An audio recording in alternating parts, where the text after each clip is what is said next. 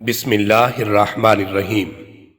استقبال رمضان کے سلسلہ میں حضور سرور عالم خاتم النبیین صلی اللہ علیہ وآلہ وسلم کا زندہ جاوید خطبہ۔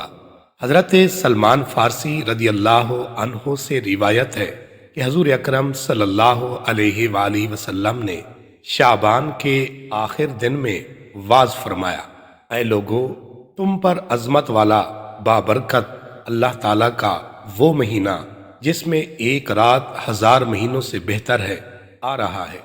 اللہ تعالیٰ نے اس کے دن کے روزے فرض کیے اور اس کی رات کے قیام یعنی نماز تراویح کو نفل بنایا ہے۔ جو اس میں نیکی کا کوئی کام کرے گا اس کا ثواب عام دنوں میں فرض ادا کرنے کے برابر ہے، اور جو فرض ادا کرے گا اس سے 70 فرائض کا ثواب ملے گا۔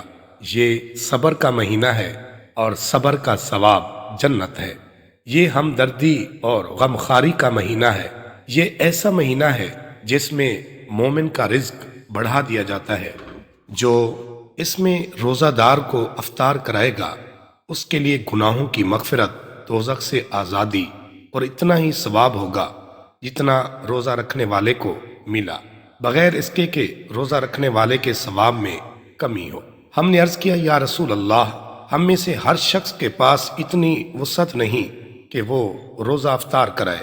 حضور اکرم صلی اللہ علیہ وآلہ وسلم نے فرمایا، اللہ تعالیٰ یہ ثواب اس شخص کو بھی عطا کرے گا جو کسی روزہ دار کو ایک کھجور یا ایک گھونٹ پانی یا ایک گھونٹ دودھ سے افطار کرا دے۔